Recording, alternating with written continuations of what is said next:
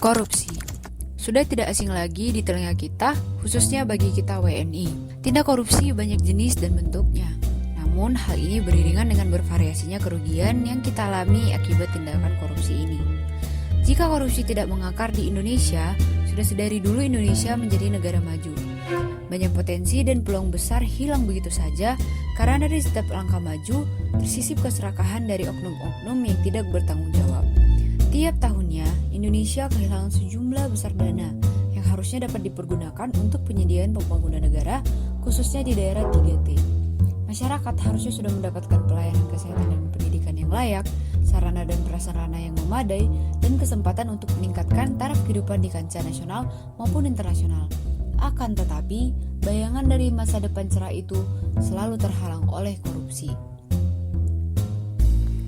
Tindakan korupsi ini memang lebih sering berkaitan dengan oknum pemerintahan. Meskipun begitu, bukan berarti korupsi ini hanya tanggung jawab dari mereka saja. Korupsi tidak hanya berasal dari pemerintah saja. Namun, kita masyarakat kerap mengaitkannya dengan pemerintahan karena bentuk tindakan korupsi yang dilakukan oleh pemerintah lebih kompleks, kerugiannya lebih besar, dan dampaknya yang sangat terasa. Lantas, apa cara terbaik yang dapat kita lakukan untuk memberantas korupsi?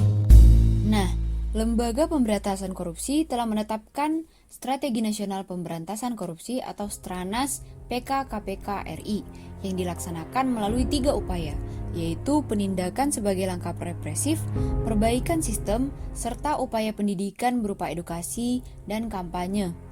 Sebagai bagian dari masyarakat, upaya yang paling mungkin dapat kita lakukan dan menjadi kontinuitas adalah upaya pendidikan, yaitu melalui edukasi dan kampanye anti korupsi.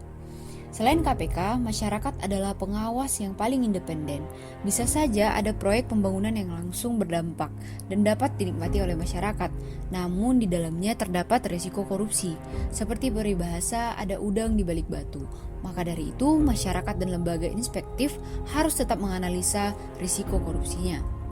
Terkesan klise, akan tetapi perbaikan mental dan moral bangsa adalah langkah awal menuju kesadaran korupsi yang mumpuni. Korupsi sudah mengakar dan bahkan jadi budaya di Indonesia. Oleh karena itu, diperlukan adanya dorongan bagi masyarakat untuk tidak mentolerir segala tindakan korupsi ini. Edukasi anti korupsi sebenarnya sudah sedari dulu disampaikan kepada masyarakat, yaitu melalui pendidikan kewarganegaraan.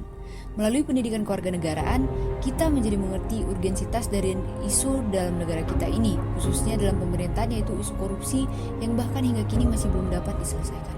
Meskipun demikian, penghayatan akan nilai anti korupsi tersebut terasa masih belum efektif bagi setiap individu warga negara Indonesia. Nah, mahasiswa sebagai kaum penggerak punya peranan besar dalam upaya ini. Dengan berbekal ilmu dan kompetensi dasar mengenai korupsi serta keberanian untuk menyatakan kebenaran, mahasiswa diharapkan dapat menjadi agent of change dengan menyuarakan kepentingan rakyat melalui kritisi terhadap penyelenggaraan pemerintahan yang terkesan koruptis. Menjadi irisan dari 4 lingkungan dalam masyarakat, mahasiswa dapat mengamanahkan niatnya itu untuk memberantas korupsi dengan melakukan aksi nyata, dengan menginfluence masyarakat untuk lebih peka dan tegas terhadap tindakan korupsi. Ingat, jika kita bersinggungan dengan segala jenis tindakan korupsi, jangan lupa untuk lihat, lawan, dan laporkan demi Indonesia yang lebih maju. Terima kasih. Saya Ingrid Trismoli Syahaan, NRP Akhir 012, pamit undur diri.